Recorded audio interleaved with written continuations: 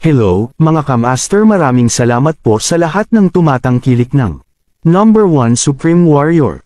Paki-follow and subscribe mga master para sa mga susunod pang mga kabanata. Number 1 Supreme Warrior. Kabanata 771. Ang dibdib ni Queenie ay umusbong sa tuwa habang tinitingnan niya si Fane, starry-eyed. Ang spot on na hula ni Queenie ay nag-fluster si Fane. Tila ginawa niya ang tamang ilipat ng tanungin niya ang iba pang mga Diyos ng digmaan upang makahanap ng isang dahilan kung kailan dumating sila. Dapat ikaw. Isang beses na kitang nakita sa larangan ng digmaan. Iyong taas at figure ay tiyak na tumugma sa kataas-taasang mandirigma. Ulong. Si Queenie ay dating pumili ng katahimikan ni Fane. Tumango si Fane. Panatilihin ito lihim para sa akin, sige. Hindi ko nais na malaman ng iba na ako ang kataas-taasan. Mandirigma. Ngunit syempre, panatilihin ko itong lihim. Natuwa iyon si Queenie. Halos umiyak siya. Si Queenie ay sumigaw ng animated at nagmadali pasulong. Upang yakapin si Fane, hindi makontrol ang kanyang mga impulses. Natutuwa ako. Ako, ganoon.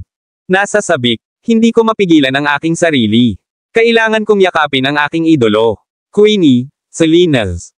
Babalik. Natigilan ang mga aksyon ni Queenie kay Lana. Lana noon. Lumingon at napansin hindi masyadong malayo si Selena na lumalabas sa toilet. Ang mga panga ni Selena ay parang hindi ito nababagabag nang mapansin niya. Kung ano ang naganap sa kanyang kawalan, nagtataka siya kung siya ay hallucinating. Ano nangyayari? Hindi ba nila sinabi na ito ay sina Lana at Fane na may isang hindi maliwanag na relasyon? Bakit niyakap ni Queenie si Fane? Kaya niya hindi pinagsama ang dalawa at dalawa kahit na naisip niya ito ng malalim. Kahit na si Queenie ay hindi tulad ng nagmamakaawa o voluptuous bilang Lana, siya ay magandang babae sa kanyang sariling mga karapatan. Posible bang ang dalawang babaeng ito ay nasa isang relasyon kay Fane? Ngumiti si Selena ng mahina bago niya ito ginawa. Paraan patungo sa Fane. Nagulat si Queenie nang marinig niya ang babala ni Lana. At mabilis na pinakawalan ng Fane kahit na ang kanyang mga nerbiyos ay nadulas pa rin. Kaguluhan. Ang reyna ng digmaan na ito na lubos na itinuturing ng iba. Naging fangirl ni Fane sa instant na iyon. Sinubukan ni Queenie ang kanyang makakaya upang mapanatili. Kalmado. Ngumiti siya at ipinaliwanag ng nakakahiya, ang aking paghingi ng tawad, Selena, ay masyadong nasa sabik. Ako lang, nangyari lang ako na napagtanto na tumingin si Brother Fane. Tulad ng isang idolo na alam ko, kaya hindi ko matulungan ang aking sarili. Idol. Selena. Nagtataka kung ano ang nangyayari. Maingat siyang tumingin kay Fane ngunit hindi. Upang gawin kung sino ang hitsura ni Fane. Inamin niya na si Fane ay sa halip gwapo. Ngunit hindi siya nagbahagi ng isang pagkakatulad sa anumang sikat na idolo. Ito ba ay isang mas maliit? Kilalang idolo? Oo, ito ay isang napakalakas sa aming dibisyon. Siya ang aking idol. Mabilis na naisip ito ni Queenie at ipinaliwanag ang sarili. Selena sa wakas. Napagtanto kung ano ang pinag-uusapan ni Queenie. Nakikita ko. Pinag-uusapan mo. Isang tao sa mga hukbo. Pinahid ko ang aking ulo para sa sinumang partikular, ngunit ako lamang. Hindi mahanap ang tugma ng idolo. Nagpahinga sila doon ng ilang oras bago si Fane. Kaliwa kasama si Selena. Sa sandaling umalis ang dalawa, lumingon si Lana upang tumingin kay Queenie. Sa isang mapait, hindi paniniwala ng ngiti, sinabi niya, halos mailantad mo ang kataas-taasan. Warrior. Ako, hindi ko matulungan ang aking sarili. Ito ang unang pagkakataon na naharap ko ang kataas-taasang mandirigma. O Diyos ko, talagang pinamamahalaan ko siyang yakapin ngayon. Ako. Pag-uusapan tungkol dito hanggang sa araw na mamatay ako. Minsan lumaki si Queenie. Muli, at ang kanyang dignidad bilang reyna ng digmaan ay wala nang nahanap. Kabanata 772. Natigilan ng mga kalokohan ni Queenie si Lana, at sinabi ng huli, dapat kang maghintay para sa isa pang 10 araw. Pagkatapos nito, ang iba pang mga Diyos ng digmaan ay narito at ikaw ay magiging nakakuha ng litrato sa kanila. Makakakuha ka ng pagkakataon na pag-usapan ang lahat tungkol sa lahat ng gusto mo noon, hindi mo ba iniisip? Oo, siguradong tama ka. Queenie. Lumaki ng hindi mapakali kapag naisip niya ito, at may ngiti sa kanyang mukha, siya. Dagdag pa, hindi ko naisip na maaari akong dumalo sa kataas-taasang mandirigma at ng kanyang asawa. Seremonya ng kasal. Nangangahulugan ito na masasaksihan ko ang isang makasaysayang sandali. Panipi. Haha, tingnan kung gaano ka nasa sabik. Tumawa si Lana. Nagmamadali ka pa ba? Upang bumalik ngayon? Hindi. Tiyak na hindi. Bakit ako babalik? Kailangan kong manatili dito at dumalo sa kasal. Inisip ito ni Queenie at nagpatuloy. Sinasabi, sa pamamagitan ng paraan, dahil ito ang kasal ng kataas-taasang mandirigma, paano? Marami ang dapat kong ibigay bilang kanilang kasalukuyan. Paano ang tungkol sa 1 bilyon? Magiging iyon. Masyadong maliit. Hindi, kailangan kong bigyan siya ng 2 bilyon. Pagkatapos ng lahat, ito ang kasal ng kataas-taasang mandirigma, at 1 bilyon ang napakaliit upang kumatawan sa aking sincerity. Hindi nagsalita si Lana. Queen of Warlinch, pinakamahusay na kung mananatili ka. Kalmado. Sige. Masyado kung bibigyan mo siya ng 1 o 2 bilyon. Hindi. Inilantad mo ang kanyang pagkakakilanlan sa iba kung ginawa mo iyon. Hindi ba magsisimula ang iba? Pagtatanong dito. Bukod doon, hindi ko akalain na ang iba pang mga Diyos ng digmaan. Bigyan iyon ng isang halaga. Kung iyon ang kaso, magkano ang dapat kong ibigay? Nababaliw ako, hindi ako makakaisip ng diretsyo. Natuwa pa rin si Queenie. Sa sandaling makalabas na sila sa kataas-taasang mansyon ng mandirigma, si Fane at Selena ay nagpatuloy. Isang taxi at dumiretso sa bagong internet cafe ni Ben. Tila ang internet.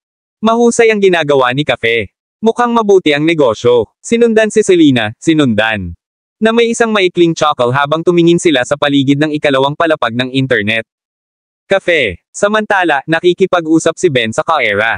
Tiyak, ang mga tao na sumama sa kanya tulad ni Elaine, na nandoon upang maprotektahan siya ay din tinatangkilik ang kanilang sarili. Sa labas ng asol. Excuse US, marami. Ang mga gangster ay sumugod sa mga baseball bat sa kamay. Itinulak nila sina Fane at Selena. Malayo sa mga mapagmataas na ekspresyon sa kanilang mga mukha habang sila ay lumalakad. Si Ben in. Nagkakaproblema. Bahagyang nag-aalala si Selena nang masuri niya ang sitwasyon. Ako. Huwag isipin ito. Sumimangot si Fane. Paano posible na masaktan niya ang isang tao? Kailan lang niya sinimulan ang kanyang negosyo? Sa palagay ko ang mga taong ito ay narito upang maging sanhi. Problema. Naglakad ang mga gangster sa likuran ng counter bago sinabi ng isa sa kanila. Agresibo, sinabi ng aming boss na ang iyong internet cafe ay nakakagambala sa atin. Pinakamainam kung magsasara ka bukas, kunin ito. Kung hindi, masisira natin ang bawat piraso ng kagamitan dito. Kami ay nasa iyong paraan. Kinutya ni Ben matapos niyang marinig ito. At sinabi, ikaw ay pupunta sa dagat. Ang negosyo ng iyong cafe sa internet. Masama dahil masama ang iyong serbisyo. Bukod doon, masama ang iyong kagamitan. At matanda, at narito ka upang masira ang lugar dahil masama ang negosyo. Isa. Nang magaan ang counter sa kanyang baseball bat. Bata, wala kaming pakialam sa mga iyon. Mga bagay. Malapit na lang bukas o hindi tayo mapipigilan. Ang boss ay may isang nais na kamatayan. Naglakad si Elaine at 2 iba pang magagandang bodyguard. Sa paglipas, ang mga ekspresyon ay nagdilim sa galit. Oh, at mayroon kaming 3 maganda. Mga kababaihan dito. TSK? Hindi ko ito inaasahan. Hindi nakakagulat na ang negosyo ay mabuti. Dito, mayroon silang mga waitresses. Ang isa sa mga kalalakihan ay nilamon ang kanyang laway. Nang makita niya ang 3 pares ng mga binti na maaaring magpatuloy sa loob ng maraming araw. Malaki. Kapatid, tingnan ang mga salita sa kanilang damit. Ang bodyguard ng pamilya ni Taylor. Ano ang nangyayari? Ang isa pang lalaki ay bahagyang natatakot. Ang taong may buhok na dilaw. Lubos na kinutya, huwag matakot, ilan lang sila sa mga kababaihan. Meron tayo. Maraming tao sa amin. Sa palagay mo ba hindi natin ito may ayos? Anong mga bodyguard? Malinaw na ipahayag na sila ay mga bodyguard sa kanilang mga damit. Sila lang. Pagsisinungaling sa amin, sa isang pagtatangka ng isang taktika ng pananakot. Panipi. Kabanata 773. Tama ka. Ito ang unang pagkakataon na nakakita ako ng mga bodyguard sa kanilang mga posisyon. Malubhang nakasulat sa kanilang mga damit. Ang taong una ay natatakot na nakaka-relax. Sa pag-iisip, ang mga babaeng ito ay mukhang talagang nakamamanghang. Posible ba na ito? Nagbibigay ang internet cafe ng ilang iba pang mga espesyal na serbisyo. Bakit pa gagawin nila? Magaling ang negosyo kung hindi ito totoo. Oo. Bakit hindi ko naisip iyon? Panipi. Ang mga mata na may buhok na tao ay commandant habang hinuhubaran niya ang kanyang laway. Mga bastards. Si Elaine at ang 2 iba pang mga bodyguard ay tumingin sa isa't isa bago singilin. Pasulong sa parehong oras. Sa isang kisap mata, ang buong pangkat ng mga gangsters. Nahulog sa lupa habang sila ay humagulgol sa sakit. Ngumiti si Fane. Parang hindi ako. Kailangang mamagitin, may ibang tatanggalin ito para sa akin. Tila na ang kanyang pagpili ng paggamit ng mas maraming mga bodyguard ay isang matalino. Kahit papaano, maaari nilang maprotektahan ang kanyang pamilya sa ilalim ng karamihan sa mga kalagayan. Hayaan mo na, ang mga gangster ay nagpupumilit ng ilang oras bago sila makabalik sa kanilang nakakatakot, ang mga gangster ay tumakas tulad ng mga nalunod na mga daga habang ang kanilang mga mata napuno ng pangamba. Sister, bayaw, bakit kayo narito? Si Ben, nang mapansin sina Fane at Selena, ay tinanggap sila ng isang ngiti. Kami. Libre at walang trabaho na makumplito, kaya napunta kami upang makita kung paano ka. Paggawa, tiningnan ni Selena si Ben na may nalulugod ng ngiti sa kanyang mukha. Nagkaroon si Ben. Sa wakas lumaki. Haha, salamat sa pag-iisip sa akin ng kaibig-ibig, kapatid na babae. Mayroon. Kayong mga tao ay nagtanghal iyan. Nais mo bang magkaroon ng isang bagay? Ang aking paggamot, Ben. Shackled. Oh, kumain na kami. Narito lang kami upang tumingin, wala. Higit pa, tiniyak ni Fane na may ngiti.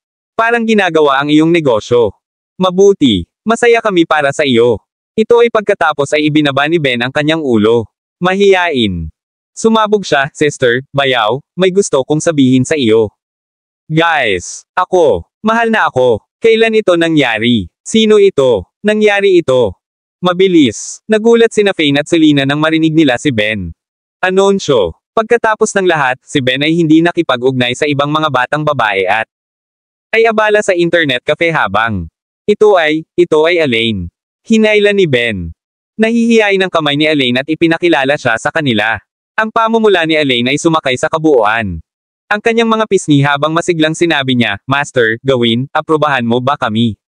Si Fane ay nasa ibabaw ng buwan. Nonsense, syempre ginagawa natin. Paano natin hindi? Aprobahan ito. Si Elaine ay walang alinlangan na isang magandang batang babae, ngunit walang nakakaalam na gagawin niya. Petsa ni Ben matapos nilang ginugol ang ilang araw na ito. Tuwang-tuwa ako.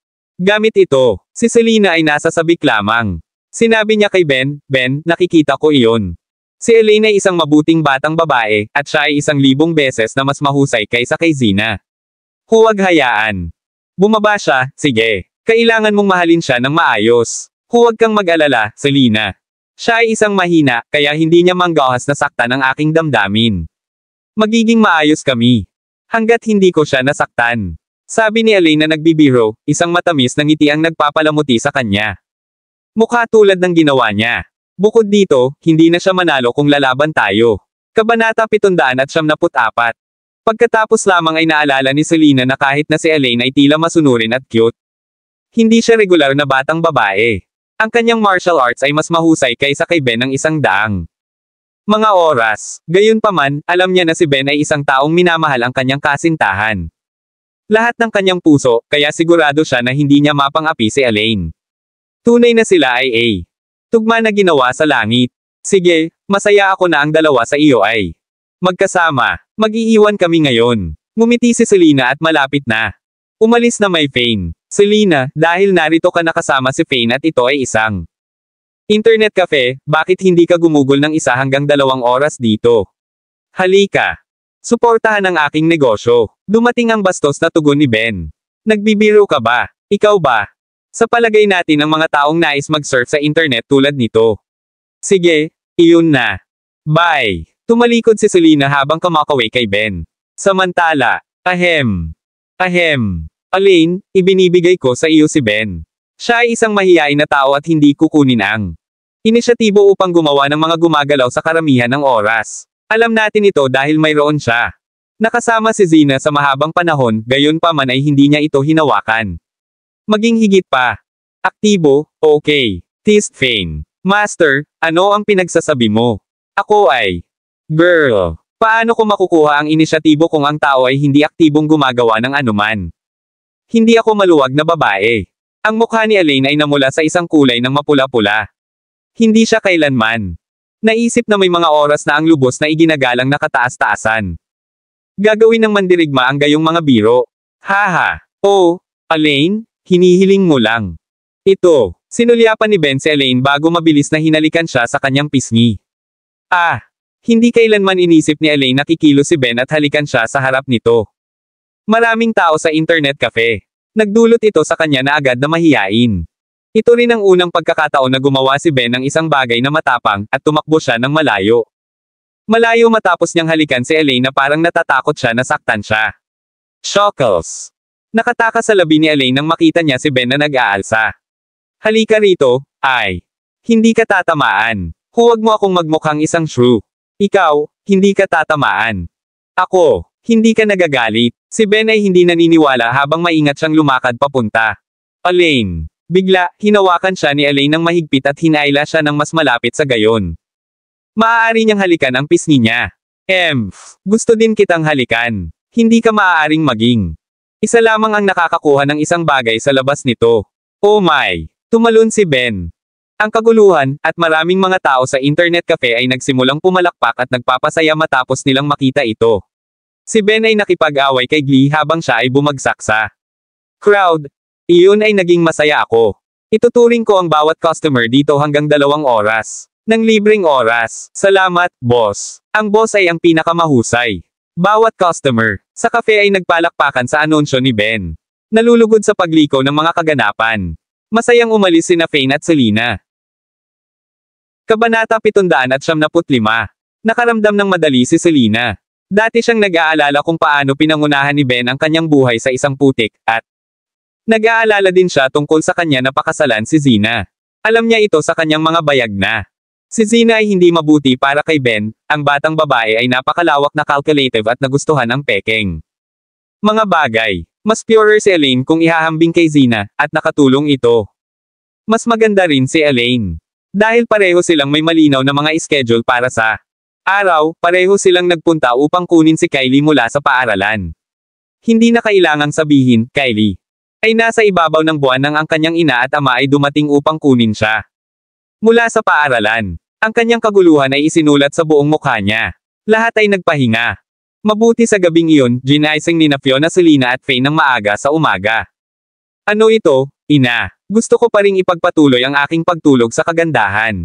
Bakit ka? Gisingin mo ako ng maaga pa sa umaga. Hindi ko na kailangang magtrabaho ngayon. Nag-ungol ng isang hindi nasaran ng loob na si Selena. Natulog siya kagabi, at naganap ito. Matapos ang mungkahi ni Fane tungkol sa pagkakaroon ng pangalawang anak. Siyempre, pareho silang natulog. Gusto ni Selena na magising sa ibang pagkakataon habang siya ay pa rin pagod na pagod. Hindi niya naisip na gisingin siya ng kanyang ina sa 8 sa umaga. Makinig sa akin, isa sa aking matalik na kaibigan na nagpakasal sa isang tao. Bumalik ang overseas makalipas ang 10 taon mula nang bumalik ang kanyang huling paglalakbay. Tinawag niya ako. At nais na tretuhin kami sa isang pagkain. Chirp, isang malinaw na nasa sabik na si Fiona. Siya. Paggamot sa iyo sa isang pagkain, ina, at maaari kang mag-isa sa kasong iyon. Bakit? Kailangan mong gisingin kami. Hindi kami interesado na kumain kasama ang iyong matalik na kaibigan. Hindi natin siya kilala. Si Selena ay nababagabag sa kanyang ina.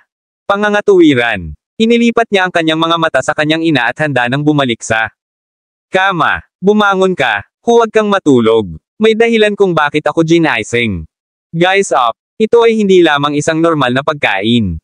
Ang ama ng aking matalik na kaibigan ay nahuli ng isang kakaibang sakit, at dahil alam ni Fane kung paano pagalingin ang mga tao, sa palagay ko siya maaaring pumunta at makatulong na tingnan.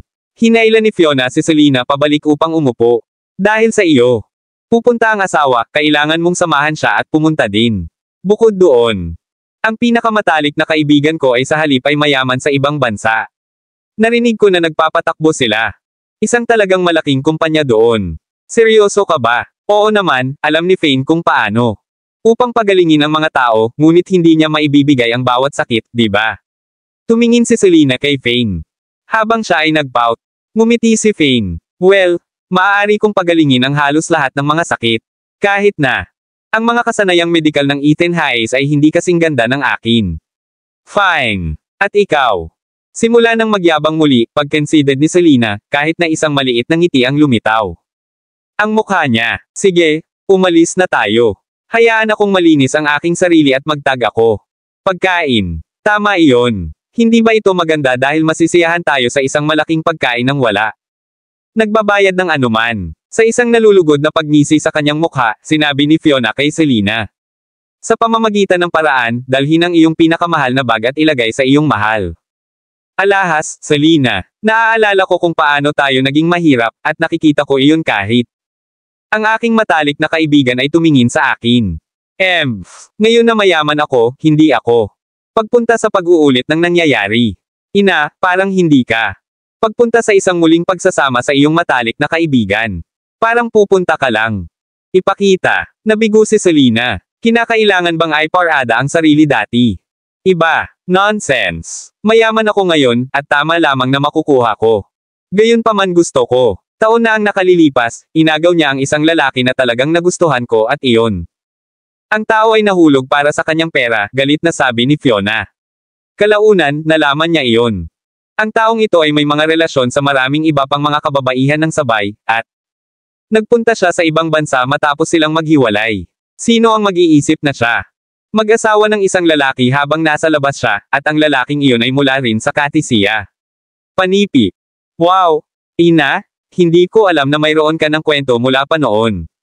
Sabi ni Selena na may ngiti matapos niyang hugasan ang kanyang mukha. Kaya ikaw.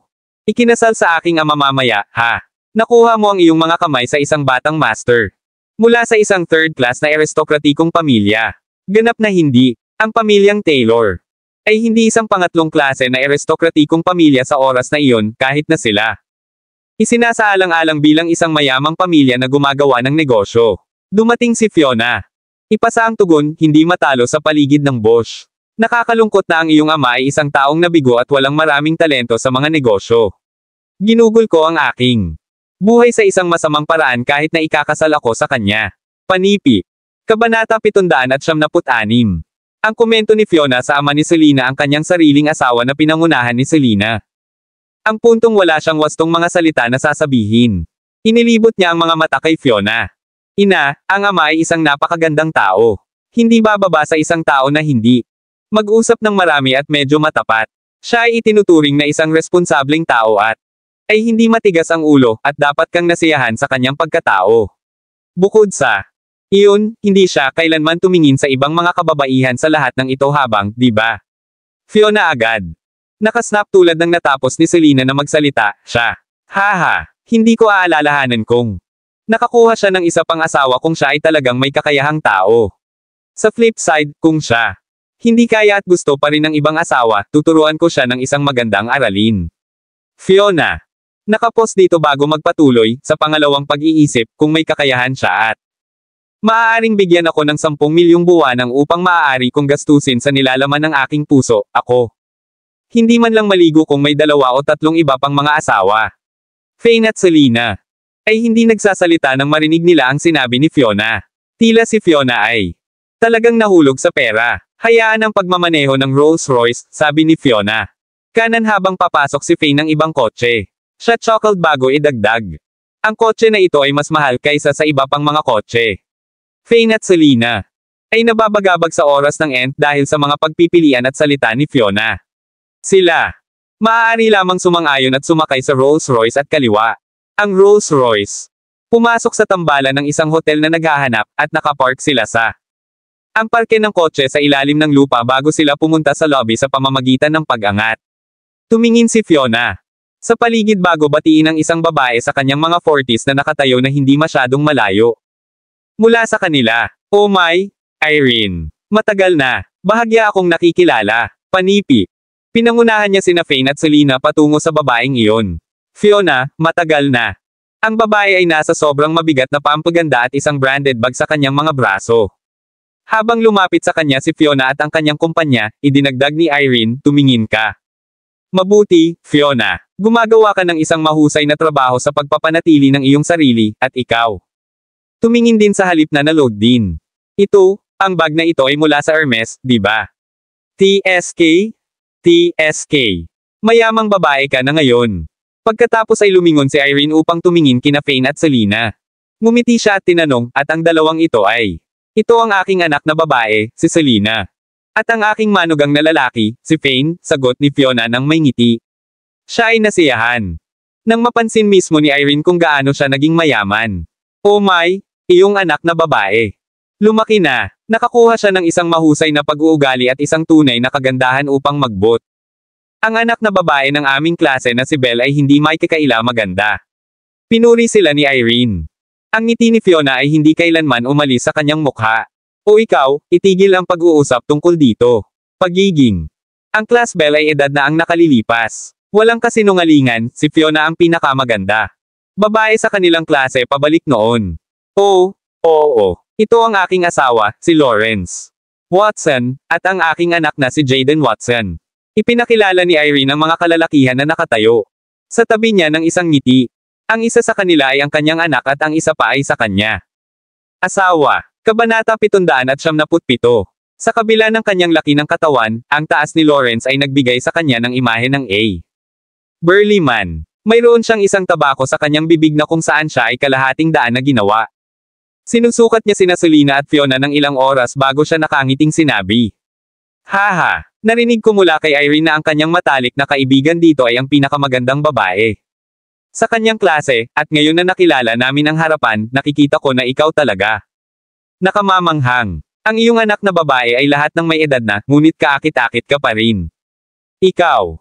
Mukhang ikaw ay nasa iyong 30s. Oh, Mr. Watson, ikaw ay masyadong mapagbigay. Ang pinakamatalik kong kaibigan na ito ay isa rin sa pinakatanyag na mga batang babae sa aming klase. Panipi. Hindi makontrol ni Fiona ang ngiti sa kanyang mukha. Ang pangkat ng tatlo sa harap ng. Siya ay mga tao mula sa itaas na klase, at ang kanilang 20 or kaya mga bodyguard ay mga kalalakihan mula sa mga dayuhang bansa. Ang mga bodyguard kabilang ang 2 lalaki ng kulay mukhang malakas. Tiningnan ni Fiona ang bahagyang mabata na binata. Sa tabi nila, ang iyong anak na lalaki ay mukhang gwapo din. Si Fane ay nalilito sa pamamagitan ng ang pagpili ng mga salita ni Fiona. Habang si Jaden ay walang pangit na tao, hindi siya gwapo rin. Haha, lahat sila ay nagsasabi na. Ano ang magagawa ko? Lahat ng mayayaman. Mukhang gwapo. Si Jaden ay nagsuot ng isang medyo mapagmataas na smirk habang idinagdag niya. Ang katisiya ay tila mahusay na ginagawa at mabilis na umuunlad, ngunit pakiramdam ko na ang hangin dito ay hindi kasing ganda ng Amerika. Ang kapaligiran doon. Karamihan sa mas matamis at mas maganda kumpara sa lugar na ito. Si Fane ay talagang umihi upang marinig ang mga salitang ito.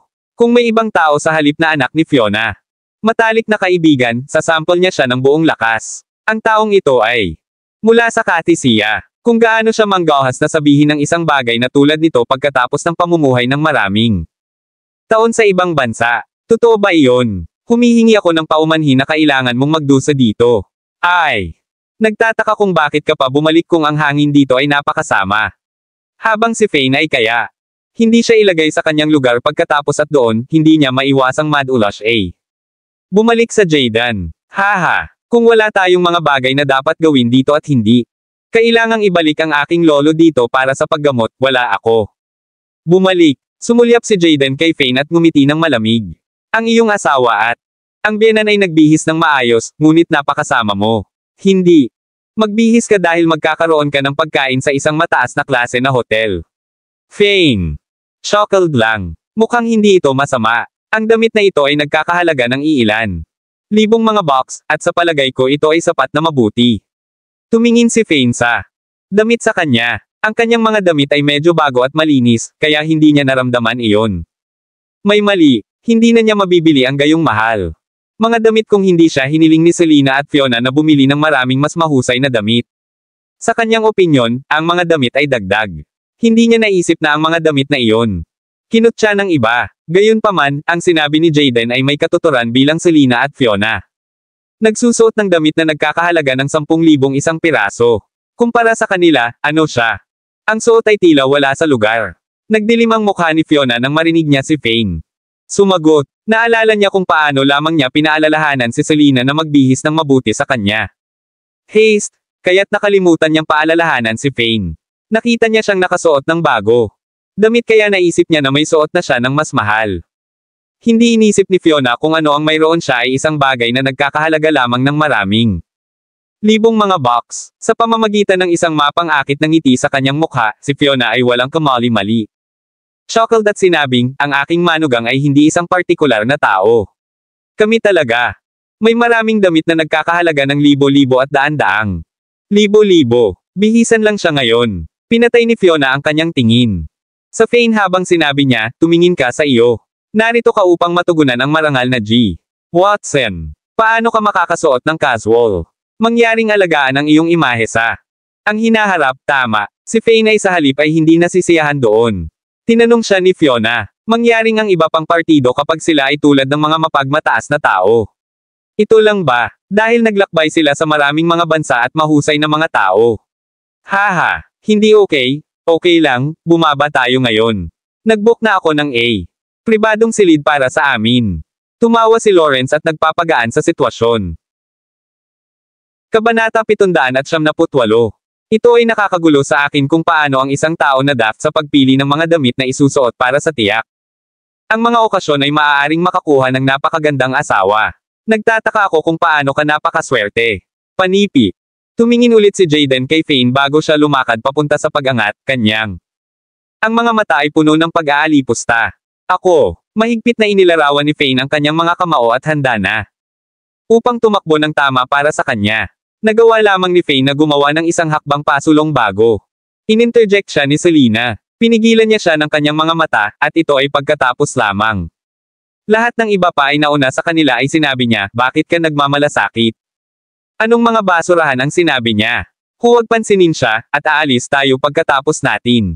Tapusin ang aming pagkain. Ang mga taong tulad nito ay nag-iiwan ng masamang lasa sa aking bibig. Hindi ko. Dumating kung hindi ito ina na pinilit kaming dumating. Sige, Fane. Mabilis na nasilyuhang ang kanyang galit matapos na hinimas siya ni Selena, at sinabi niya. Ang kanyang sarili na hindi bumagsak sa mga antas ng mga nasabing basurahan, ang pangkat ng. Hindi nagtagal ay pumasok ang mga tao sa isang mahusay na pinalamutian na pribadong silid. Lahat ay maaaring mag-order. Ano ang gusto mo sa nilalaman ng iyong puso? Upang maging matapat, lumaki ako sa ibang bansa at bihira akong kumain ng pagkaing Chino. Hindi ko gusto ang pagkain dito. Batang guro. Naupo si Watson at mayroon pa ring isang hindi magandang pag-uugali. Ngumiti sina Selena at Fiona. Nakakahiya bago kumuha ng menu at nagsimulang mag-order ng mga pinggan. Jaden, mag-ingat ka kapag nagsasalita ka. Kahit na lumaki ka sa ibang bansa at bihira kang nanatili sa Katisiya, ang iyong ina at ako ay mga Katisiyans. Ni default, ikaw din ay isang Katisyan na may dugo na Katisyan na tumatakbo sa iyo. Gawin.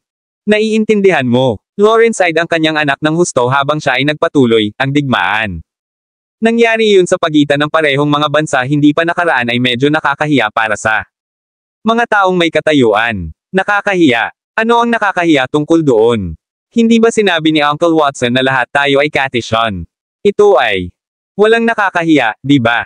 Si Fane ay casual na sumagot na may isang smirk. Bumantong hininga. Bagaman kami ay mga Katisians, itinuturing kaming mga Amerikano mula nang nabuhay kami. Doon sa loob ng kaunting oras, at ito ay lalo na para sa aking anak na lalaki. Siya ay nakatira doon mula sa isang batang edad, at bihira siyang bumalik sa Katisiya. Ito ang kanya. Pangatlong beses pabalik dito, at kami ang mga espesyal na nais na pareho. Ang mga bansa ay hindi nakikipagdigma dahil mayroon kaming damdamin para sa parehong mga bansa. Panipi. Bumantong hininga si Lawrence at may walang magawa na ekspresyon sa kanyang mukha. Nagsimula si Fane. Ngumiti ng malamig muli sa sandaling narinig niya ito. Haha, kaya iyon ang ibig mong sabihin. Matapos ang medyo detalyadong paliwanag, parang ang dalawa ay halos-halos. Pagiging residente ng parehong mga bansa. Ito ay talagang katawa-tawa. Paano mo? Hindi alam kung saan ka nagmula. Ano ang pagkakaiba sa pagitan nito at sa dalawang relasyon ng sabay? Agad na sinampal ni Jaden ang kanyang palad. Laban sa mesa habang siya ay bumaril mula sa kanyang upuan, ang kanyang matigas na titig na naayos sa Fane sa galit. Ano ang lahat ng usaping ito? Kung hindi ito dahil sa iyong ina. Ang biyenan at ang aking ina ay matalik na kaibigan, hindi ka maglalakad palabas nito. Hotel sa isang piraso. Talaga, sa mga taong ito. Tumawa si Fane at tumayo matapos niyang marinig ang sinabi ni Jaden. Magiging tapat ako sa iyo. Ang iyong mga bodyguard ay wala sa aking opinyon. Inilaan ni Lawrence. Reprimand sa kanya, nais na ipakita ang kanyang galit, ngunit wala siyang sinabi nang makita niya. Nagagalit si Jaden. Napangiti si Lawrence ng isang malamig na smirk sa mapang-akit na Fane. Sumagot, haha, mas gugustuhin mo ang sinasabi ng mga ganitong bagay. Parang, magaling ka sa pakikipaglaban. Kung iyon ang kaso, nais mo bang subukan ang iyong lakas?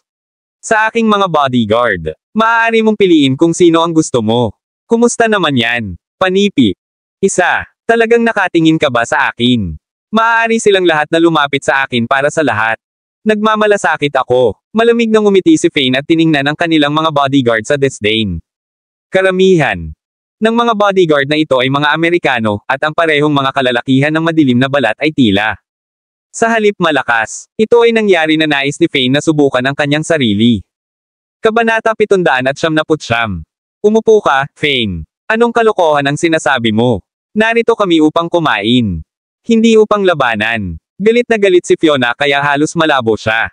Nandito sila sa magkaroon ng pagkain at makita kung makakatulong si Fane na gamutin ang lolo ni Jayden.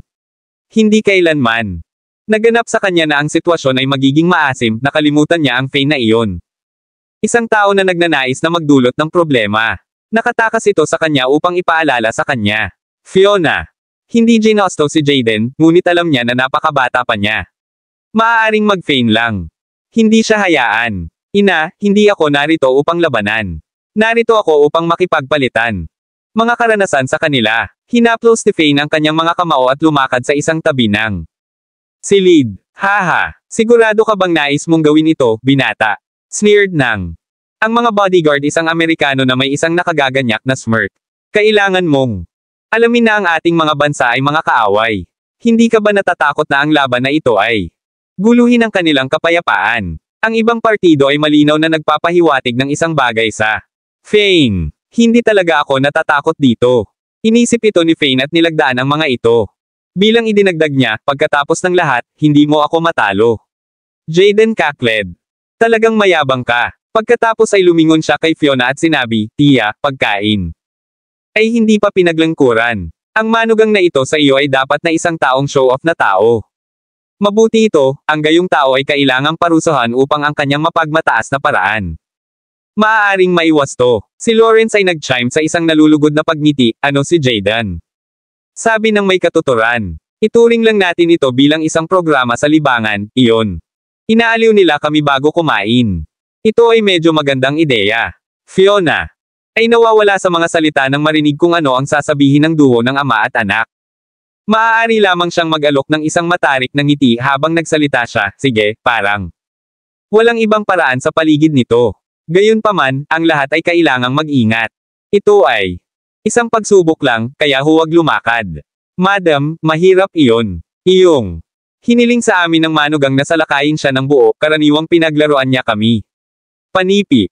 Ang isa sa mga taong madilim na balat ay lumakad ng 2 hakbang pasulong at bold ang kanyang mga kamay. Sa mga kamao. Gayunpaman, alam kong makayanan ko ang bagay na ito. Ang lalaki noon. Malawak na ngumisi, ang kanyang perlas na puting ngipin na tila glimang. Sumugod siya pagkatapos. Ipasa tulad ng isang panther, at tila siya ay kumurap sa halip na malapit sa Fane. Mabilis bilang kidlat at naglalayong ang kanyang suntok patungo kay Fane. Ang ganitong bilis, Fanes. Ang ekspresyon na tila morph sa isa sa sorpresa sa bilis ng lalaki. Ang mga bodyguard na ito ay talagang malakas, at ang kapangyarihan ng taong madilim na may balat na ito ay halos kapareho ng Elaine. Haha, natatakot ka ba ngayon, binata? Panipi. Napangiti ang itim na lalaki sa harap niya nang makita niya ang nagulat na hitsura ni Fane. Ang kanyang kamao ay isang maikling distansya lamang ang layo mula kay Fane, at nais niyang makita kung ang mapagmataas na binata na ito ay maaaring matugunan ang kanyang suntok. Ang bilis mo talaga ay nagulat. Ako, ngunit, kinurot ni Fane ang kanyang mga kamay sa mga kamao at mabilis na gumalaw. Kanya. Nakilala ng kamao ang kamao ng kalaban sa isang malakas na banggaan. Boom! Uprooted, ang tao ay nakazip sa hangin at lumapag sa sahig. Nakaramdam siya ng tamis sa ang kanyang lalamunan at pagsusuka ng dugo. Wala kang tugma para sa akin. Tumayo si Fane ng diretso. At kumaway ang kanyang mga kamay sa iba pang mga bodyguard. Maaari kayong lumapit sa akin. Sama-sama. Panipi. Kabanata 800. Hayaan mo na siya. Hindi ako naniniwala dito. Ang brawny bodyguards ay tumingin sa bawat isa. Iba pa bago sila sumugod patungo kay Fane. Slam! Pow! Sa kabila ng kanilang mga numero, wala sa kanila ang pinamamahalaang kahit na mag-grace ng isang strand ng buhok ni Fane bago nahulog sila sa lupa. Ang mga kalalakihan ay alinman sa nakakapit sa kanilang tiyan o ang dibdib sa sakit, ang kanilang mga mukha ay mapatla rin. Maraming tao ang humagulgol sa sakit tulad ng kanilang. Ang mga buto-buto ay nasira. Nagdilim ang mukha ni na Lawrence at Jaden nang makita nila ang kanilang mga bodyguard na nakahiga sa sahig. Isang pangkat ng walang silbi na basura. Paano maglakas loob? Sinasabi mo na ikaw ay mga mersenaryo. Kinutya si Jaden habang siya ay tumayo. Galit, hindi ka maaaring manalo sa isang binata. Hindi ko ito maintindihan. Panipi. Young Master, hindi kami basurahan. Ang binata na ito ay tunay din. Malakas at hindi natin siya matalo, matapat. Ang isa sa mga kalalakihan ay mayroong noo. Sakop sa pawis dahil sa sakit. Batang Master, ang aking tadyang ay nasira. Kailangan kong pumunta sa ospital. Lumabas ka, kayong lahat. Lumabas ka, hiniling ni Jaden sa kanyang mga tauhan na pumunta sa ospital na may malamig na ekspresyon sa kanyang mukha. Ang matalik na kaibigan ni Fiona, si Irene. Shockled ilang sandali bago siya nakangiting sinabi, Fiona, ang manugang na ito sa iyo ay sa halip malakas. Bagaman wala siyang magandang pag-uugali, mabuti siya sa pakikipaglaban. Magaling siya. Hindi siya nag-aaksaya ng 5 taon sa hukbo, at narinig ko na siya ay isang komandante ng ulo. Malinaw na makita na masaya si Fiona nang marinig niya kung paano pinuri ni Irene si Fane. Galit na umupo si Jaden at mumbled, kaya paano kung alam mo kung paano lumaban?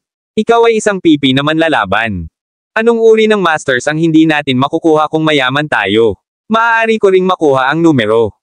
Isang assassin. Haha. Ang batang Master Watson ay talagang mahusay dito. Fane. Tumawa at umupo ng casual.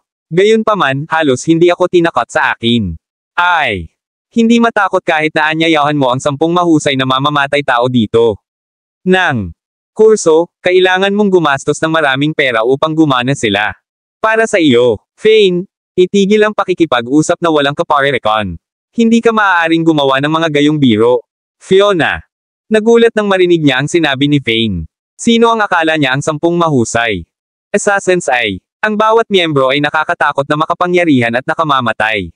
Si Fane ay hindi makagawa ng gayong mga biro kahit na ito ay para sa isang bluff. Tumingin si Fane. Si Fiona at sinabi ng may ngiti, Ina, nagsasabi ako ng totoo. Hindi ako nagbibiro. Panipi. Well, medyo mayabang kapag nagsasalita ka. Tumawa dati si Jaden. Nagpapanggap na isang ginoo. Hindi mo kailangang mag-alala tungkol dito. Kami, ang pamilya Watson ay hindi maliit na tao, at hindi kami magpapadala ng mga mamamatay tao upang patayin ka. Dahil lamang na tinamaan mo ang aming mga bodyguard ngayon. Bukod doon, hindi kami kailangang makakuha ng mga mamamatay tao kung nais naming patayin ka.